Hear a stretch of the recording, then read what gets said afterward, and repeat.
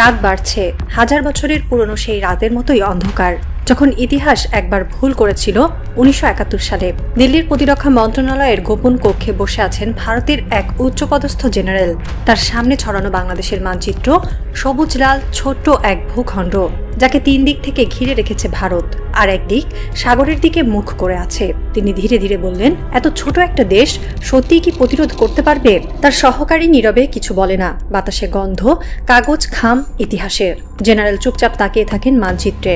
ঢাকা, টাঙ্গাইল, কক্সবাজার, চট্টগ্রাম, প্রতিটি বিন্দু যেন তার মনে করিয়ে দেয় এই ভূখণ্ডের মাটি আগেও আগ্রাসন দেখেছে, কিন্তু কারো দখলে যায়নি কখনো। ঠিক এমনটাই ভেবেছিল পাকিস্তান। তিনি নিজেই বিড়বিড় করে বলেন, ভেবেছিল কয়েকদিনেই দখল করে ফেলবে, আর ফলাফল? তিনি হালকা হেসে বলেন, এক ইতিহাসের দুঃস্বপ্ন।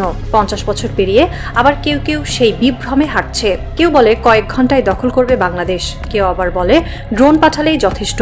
কিন্তু ইতিহাস জানে, এই দেশের প্রতিরোধ শুধু অস্ত্রের নয়, এটি নদীর, মাটির আর মানুষের, যারা একবার জেগে উঠলে বুকে আগুন নিয়েও হাসে।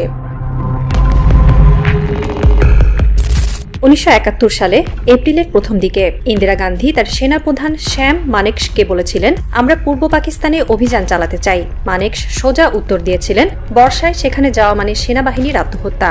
বাংলাদেশের ভূপ্রকৃতি এমনই, খালবিল, নদী, কাদামাটি, হাওর আর চর। যে ভূখণ্ডে পদচিহ্ন ফেললে মাটি নিজেই প্রতিরোধ করে। অবসরপ্রাপ্ত ভারতীয় জেনারেল ডি.কে. পালিত তার বই লাইটনিং কনসেপ্টে লিখেছিলেন, বাংলাদেশ পৃথিবীর সবচেয়ে কঠিন প্রতিরক্ষা ক্ষেত্র। এটি এক ডিফেন্ডার্স প্যারাডাইস, যেখানে প্রতিটি খালি এক একটি প্রতিরোধ লাইন, আর প্রতিটি বাকি এক একটি গেরিলা ঘাঁটি। বাংলাদেশের মানচিত্রে আছে ৪০৫টি নদী। ঢাকা শহর ৩ নদীর মাঝে বেষ্টিত, পূর্বাঞ্চল ঘেরা পাহাড়, গিরিপথ আর অরণ্যে, যেখানে স্যাটেলাইটও নজর দিতে পারে না। ড্রোন উড়বে কিন্তু ছায়া পড়বে না। এখানে মাটি কাদা, কিন্তু ইতিহাস ইস্পাত। এই ভূখণ্ডে যুদ্ধ মানে শুধু যুদ্ধ নয়, এখানে যুদ্ধ মানে বেঁচে থাকার। ইতিহাস বলে, বাংলা কখনোই শাসনযোগ্য ভূমি ছিল না। মুঘলরা শতবার চেষ্টা করেছে, ব্যর্থ। সুলতানরাও পারেননি পুরো নিয়ন্ত্রণে আনতে। ব্রিটিশরা টিকে ছিল ২০০ বছর, কিন্তু শেষ পর্যন্ত তারাও ভয় পেয়েছিল ওই ভূমির জনশক্তিকে। ইতিহাসবিদ জিয়াউদ্দিন বাররানি বাংলাকে বলেছিলেন বুলগাকপুর, অর্থাৎ বিদ্রোহের দেশ। আর ইবনে বতুতা বলেছিলেন, এই অঞ্চল প্রাকৃতিকভাবে এমন সমৃদ্ধ যেন স্বর্গ, কিন্তু প্রবেশ মানে জাহান্নাম। এখানে প্রকৃতি শাসনের বিরুদ্ধে, মানুষ প্রকৃতির সাথে একাত্ম। বন্যার সময় নৌকা যুদ্ধ জাহাজ হয়, আর কাদা হয়ে ওঠে প্রাচীর। যেখানে সেনা আসে শৃঙ্খল নিয়ে, সেখানে গেরিলা লড়ে অস্তিত্ব নিয়ে। এই অঞ্চলে আলেকজান্ডারও পা রাখেননি। ইতিহাস বলে, তিনি বাংলার সীমান্ত ছুঁয়েই ফিরে গিয়েছিলেন পশ্চিমে, কারণ বুঝেছিলেন এই ভূমিতে শাসন নয়, কেবল প্রতিরোধ জন্মায়। ভারতের কিছু উগ্র রাজনীতিক আজও ভাবে বাংলাদেশকে এক নিমিষে দখল করা যাবে। তারা টেলিভিশনে বসে বলে, আমাদের সেনা বিশ্বের ৪র্থ বৃহত্তম, কিন্তু বাস্তবতা বলছে অন্য কথা। ভারতের সেনাবাহিনীতে প্রায় ১৩ লাখ সৈন্য, এর অর্ধেকই কাশ্মীর, ছত্তিশগড়, নাগাল্যান্ডে বিদ্রোহ দমনে ব্যস্ত। পাকিস্তান সীমান্তে ৫ লাখ, চীন সীমান্তে ৩ লাখ, অর্থাৎ বাংলাদেশের বিরুদ্ধে ব্যবহারযোগ্য বাহিনী সর্বোচ্চ ২ লাখ। অন্যদিকে বাংলাদেশ সেনাবাহিনী, বিজিবি, আনসার পুলিশ সব মিলিয়ে প্রায় ১৬টি পদাতিক ডিভিশন। জনগণের প্রতিরোধ ক্ষমতা, মাটি আর ভূপ্রকৃতি সব মিলিয়ে এখানে যুদ্ধ মানে আত্মহত্যা। একজন ভারতীয় প্রতিরক্ষা বিশ্লেষক নিজের নিবন্ধে লিখেছিলেন, বাংলাদেশ দখল মানে ভারতের জন্য দ্বিতীয় ভিয়েতনাম। যদি ভারত কখনো বাংলাদেশের দিকে গুলি ছোড়ে, তখন শুধু এক ফ্রন্টে যুদ্ধ হবে না। উত্তরে চীন, পশ্চিমে পাকিস্তান, দক্ষিণ পূর্বে বাংলাদেশ, ৩ দিকে জ্বলবে যুদ্ধের আগুন। সবচেয়ে ভয়াবহ হলো শিলিগুড়ি করিডর, যেটিকে বলা হয় ভারতের জরায়ু। মাত্র ২২ কিলোমিটার প্রশস্ত এই করিডর যদি বিচ্ছিন্ন হয়, তবে ভারত ভেঙে যাবে 2 ভাগে। বাংলাদেশ ও চীন 2 প্রান্তে বসে আছে সেই করিডরের পাশে। একটি মাত্র মিসাইল, একটি ড্রোন স্ট্রাইক, আর ভারতের উত্তর পূর্ব রাজ্যগুলো বিচ্ছিন্ন হয়ে যাবে মূল ভূখণ্ড থেকে। ভারতীয় জেনারেলরাই বলেন, চিকেন নেক হারানো মানে ভারতের মানচিত্র শেষ। আর যদি মণিপুর, নাগাল্যান্ড, আসামের স্বাধীনতাপন্থীরা এই সুযোগে বিদ্রোহ করে, তাহলে ভারতের ভেতরেই শুরু হবে পতনের শৃঙ্খল।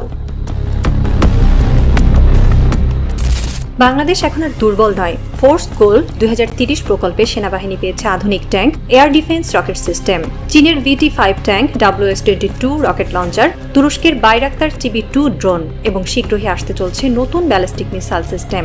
বিমান বাহিনীও বদলে যাচ্ছে। চীন ও পাকিস্তানের সঙ্গে JF-17 ব্লক 3 প্রকল্পে দ্রুত এগোচ্ছে। আরও আলোচনায় আছে J-10C যুদ্ধবিমান, যা ভারতের সুখোই ও মিরাজের সমান প্রতিদ্বন্দ্বী। একজন বাংলাদেশি প্রতিরক্ষা কর্মকর্তা বলেছিলেন, আমরা যুদ্ধ চাই না, কিন্তু আমাদের প্রস্তুতি এখন আগের চেয়ে অনেক গভীর। বাংলাদেশের ভূখণ্ডই তার প্রতিরক্ষা। এই দেশের প্রতিটি গ্রাম হলো ফ্রন্টলাইন, প্রতিটি মানুষ এক একটি সেনা। ভারত জানে বাংলাদেশে হামলা মানে মধ্যপ্রাচ্যের মুসলিম বিশ্বের ক্ষোভ ডেকে আনা। তুরস্ক, ইরান, সৌদি আরব সবাই নিন্দা করবে, অর্থনৈতিক বয়কটও করতে পারে। চীন সরাসরি যুক্ত হবে না, কিন্তু তাদের অস্ত্র, গোয়েন্দা সহায়তা, স্যাটেলাইট নজরদারি সবকিছু বাংলাদেশের পাশে থাকবে। আর পাকিস্তান, তারা অপেক্ষা করছে মাত্র সংকেতের। এক ভারতীয় কূটনীতিক একবার বলেছিলেন, বাংলাদেশে যুদ্ধ মানে দিল্লিতে আগুন, কারণ ভারতের অর্থনীতি এখনো ভঙ্গুর। একটি যুদ্ধ মানে বিনিয়োগের ধস, রুপি অবমূল্যায়ন, জ্বালানি সংকট এবং অভ্যন্তরীণ বিশৃঙ্খলা। যুদ্ধ মানে শুধু বন্দুক নয়, যুদ্ধ মানে এক রাষ্ট্রের পতনের প্রস্তাবনা।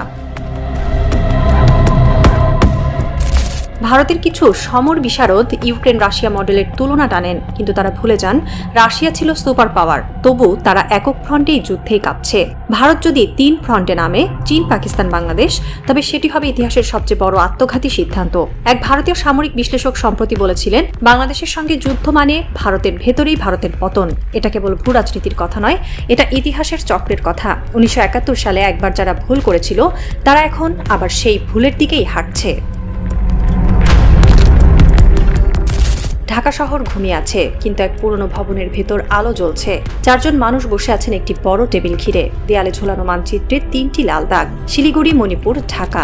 একজন সামরিক কর্মকর্তা আসতে বলেন, শুধু প্রতিরোধ নয়, এবার সময় এসেছে আঘাতের প্রস্তুতির। আরেকজনের হাতে লাল ফাইল, তাতে লেখা eastern emergency operational theatre phase 1। তিনি ফাইল খুলে বলেন, চিকেন নেক একবার বিচ্ছিন্ন হলে ভারত আর ভারতের মতো থাকবে না।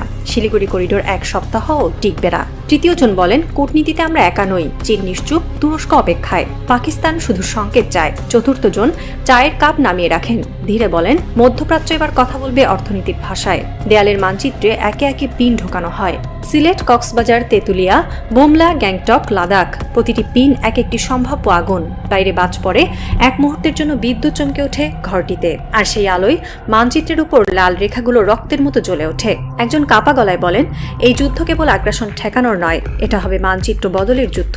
সবাই চুপ, কেবল দূরে কোথাও ভোরের আজান ভেসে আসে। দিল্লির আকাশে তখনও রাত, কিন্তু ঢাকায় সূর্য উঠছে ধীরে, লাল আলো ছুঁয়ে যাচ্ছে পতাকার লাল বৃত্তে, যেন বলে দিচ্ছে বাংলাদেশ দখল করা যায় না, বাংলাদেশ শুধু জেগে ওঠে।